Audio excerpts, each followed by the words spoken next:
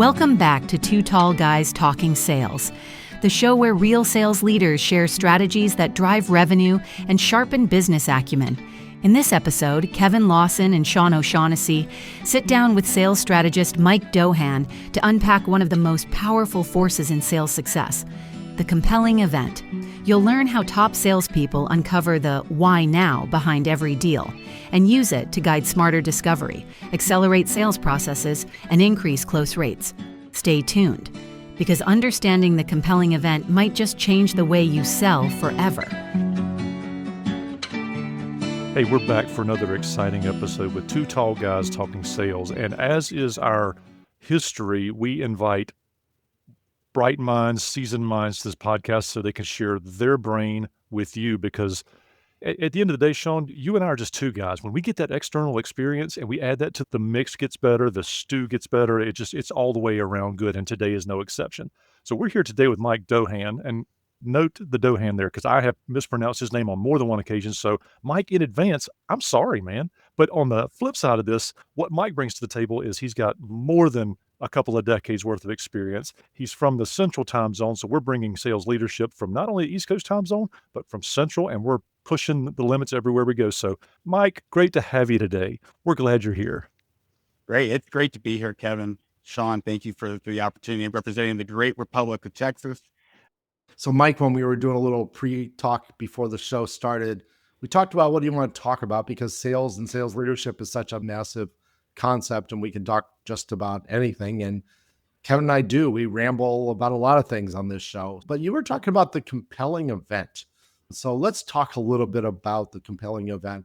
And just to get everybody on the same page, why don't you describe what you call the compelling event so everybody can think about it the same way? Absolutely. So the compelling event, really by definition, it's this critical moment where something has happened that has caused a customer or potential customer to make a decision, to move forward with something, to make a change. And the intent really here is that it's an event. It's something that happened that is different, makes something different today than it was yesterday, something that has compelled somebody to make a change, to invest, to spend money, to buy a product, to look for a product.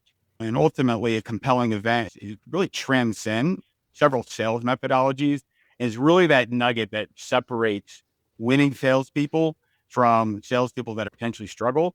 I love that. In fact, I completely agree. In fact, opportunity-wise, if you have a compelling event and you know what your compelling event is when you're tracking that opportunity or trying to close that deal, but if there's no compelling event, it becomes very difficult to do. And you're really pushing the boulder up the mountain at that point, and you constantly feel like you're fighting the battle. So this will be a fun topic. When I talk to salespeople, sometimes they struggle with asking a question about that compelling event, about why it's important and what does it do for the company, their industry, their market. What's some hints that you might be able to share along those lines? So you really hit a good point, Sean. It is the why, right? In a lot of sales methodologies, we'll talk about need.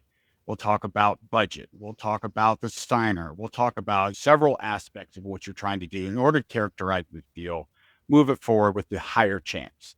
And you also mentioned it earlier, you can have a purchase and a sale, you can have a transaction without a compelling event. It just makes it harder if you don't have one. It takes longer. There's maybe really no reason, not enough pain, if you will, for somebody to make a decision. But when it really comes down to it, the compelling event is the why behind all those factors. And if you can get at the root through the compelling event, what happened that caused you to change direction? Why today and not yesterday? And I will oftentimes, when I'm on my discovery calls, I will ask my potential buyer, what caused you to want to pick up the phone or take my call or take my meeting today? What's different today than was yesterday? Why is it important for you to move forward? What changed? It's really as simple as that. There's a lot of discovery questions that are hard to do. It's hard to ask about budget. It's hard to ask about need and timing and all these things without sounding robotic. But you can really open up just conversational discovery with focusing on that compelling event, because it allows everybody to talk about the why behind the need, the pain point, whether or not somebody's going to put money behind it, who's going to make that decision. It just makes it so much easier to have all those discovery questions that are very important for closing a sale. 100%. And when you talk about the importance of the why and the probability of closing a sale, I like to put myself in our listeners' shoes here and think about me as a salesperson versus me as a sales leader. So when I'm in the salesperson mode and I catch myself going down the, hey, I'm scared to ask this question, what do you give the teams you work with? What is your advice to them? Because I imagine you got some nuggets just from your experience about how you coach a salesperson versus how you coach a sales leader to draw that best thinking out of their teams. So from the salesperson standpoint, you don't want to sound robotic. You don't want to sound like you're going down a checklist. And really getting at the why and the reasons behind a call, a decision, a progress or a lack of progress really engages your buyer in the fact that you're trying to help, you're trying to diagnose, you're trying to solve, you want to help fix the issue and the problem, make the pain go away. From a salesperson standpoint, if you open with features and functionality, you're going to lose your audience right away. It's not about you, right? This is about a person, organization in need, and a person, of course, representing that organization, right? So people do make decisions. They're making decisions on behalf of the company that they represent, which either could be their position in that company, it could be that company's progress forward, alignment with goals. And by having that consultative discussion, you're really going to tease out a lot more understanding about what's motivating and driving a decision, or more importantly, a lack of decision. What's going to cause a resistance? What's going to cause this person to not call you back? These are all problems that we face. And it really just comes down to not aligning with where your prospect, your customer is in his or her journey, and not really having that consultative approach to join him or her on that journey. Fantastic. And I want to pull on that yarn a little bit because I think a lot of what we do as fractional VPs of sales is we go in and we work on systems and infrastructure and leadership. But Sean and I are pretty keen on harping on things like we never deliver proposals unless we understand pain and are talking to the right person. So in that framework, when you're thinking about asking or having that compelling event and understanding it, when you draw back from that, where do you see that most salespeople fail in their discovery process in finding that compelling event? What is the key that has to turn and unlock for that compelling event to come out? Kevin, I would call it getting permission from your prospect, your client, to ask those difficult questions, to have enough rapport to be able to get to the root of what a problem or a concern might be. That sales people tend to move forward with pitching and features and functionality. And if you can get permission from your prospect or your client to ask those detailed questions, then that is going to separate you. And I think if you have the mindset of how do I get permission to talk about my company and what I can offer, and if you don't feel you've gotten to that point, then you're probably pushing it a little hard and you're going to turn your audience off.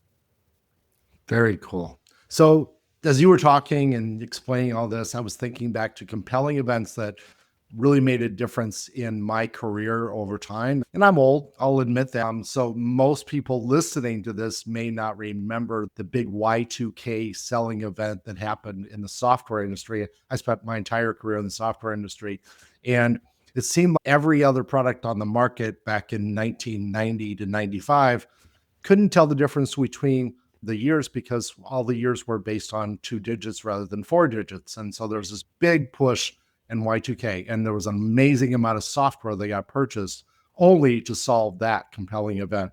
And we all thought the world was going to end on Y2K, and of course it didn't. But there are times when compelling events are like, we have to do it by this date. And there's other times when compelling events are, gee, our compelling event is we want to get it done in this fiscal budget. So a little softer, right? So how do you coach a salesperson or a sales leader in identifying how critical is this to the business, and do you need to build in more justification, or is this enough justification, just this one change that's going to be impacting the company? Y2K, big change, had to get it done.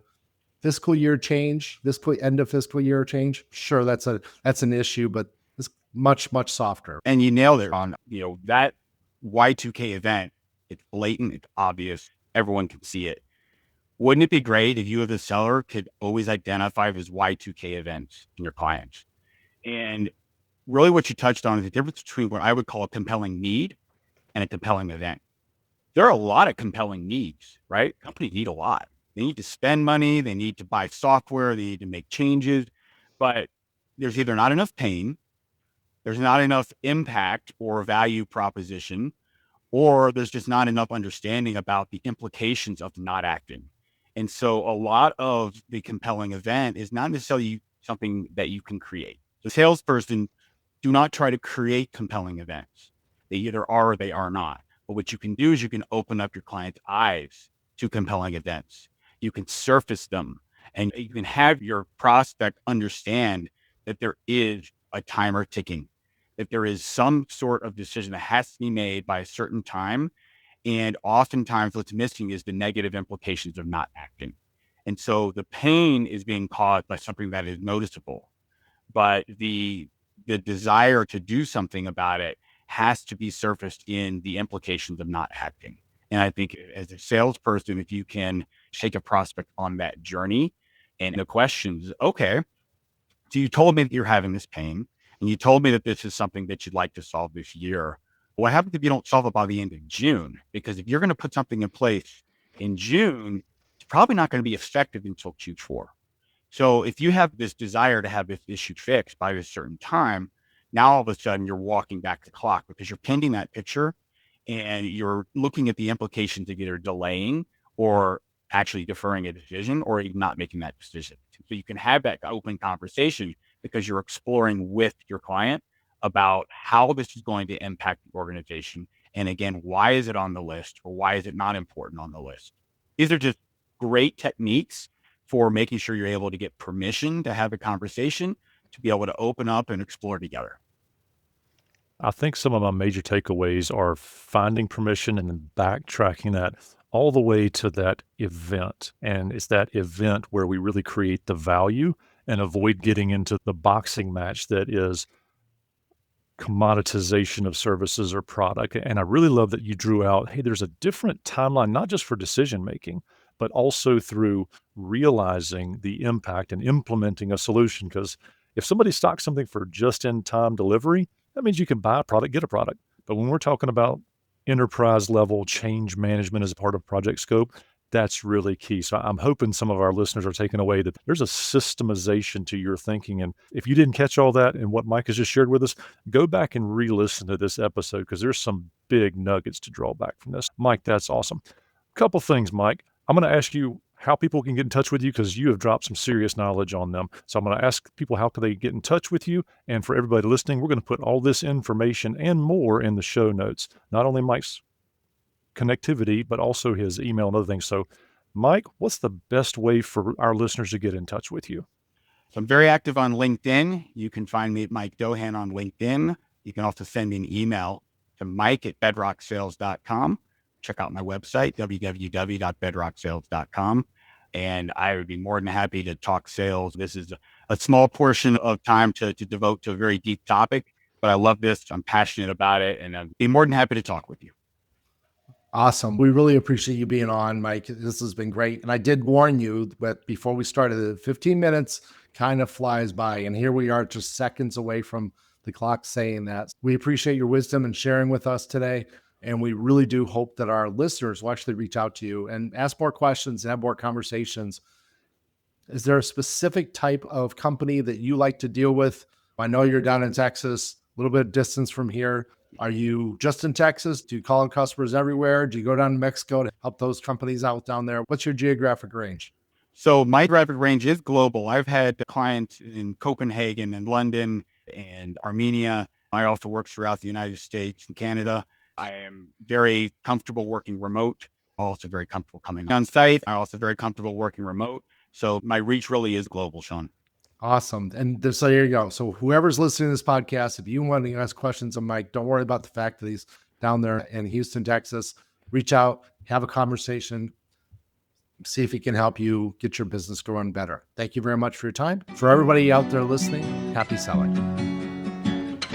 What an incredible conversation today with Mike Dowhan, Sean O'Shaughnessy, and Kevin Lawson.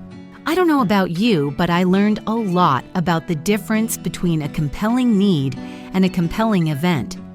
That subtle but crucial distinction that separates good discovery from great sales management. Mike explained how top sales professionals don't try to create urgency. They uncover it by helping buyers recognize what's changed and what's at stake if they don't act. That's the art of value selling in action. And the big takeaway today, the actionable step you can use immediately, is to start every discovery call with one simple question. What changed today that made you want to talk to me? That single question reveals the buyer's motivation, accelerates your sales process, and builds stronger business acumen. Don't wait until tomorrow to use it. Try it on your very next prospect call before the routine of your day pushes this insight aside. If you ever need help refining your sales strategies, improving revenue generation, or developing stronger sales leadership, reach out to Sean or Kevin. Their contact info is right there in the show notes. And remember to check out the B2B Sales Lab, the private community where sales professionals and leaders come together to share ideas, solve problems, and hit their numbers faster. You'll find the link to join in the show notes as well. We'll be back next week with another insightful conversation. Same time, same energy, always focused on helping you sell smarter. Happy selling!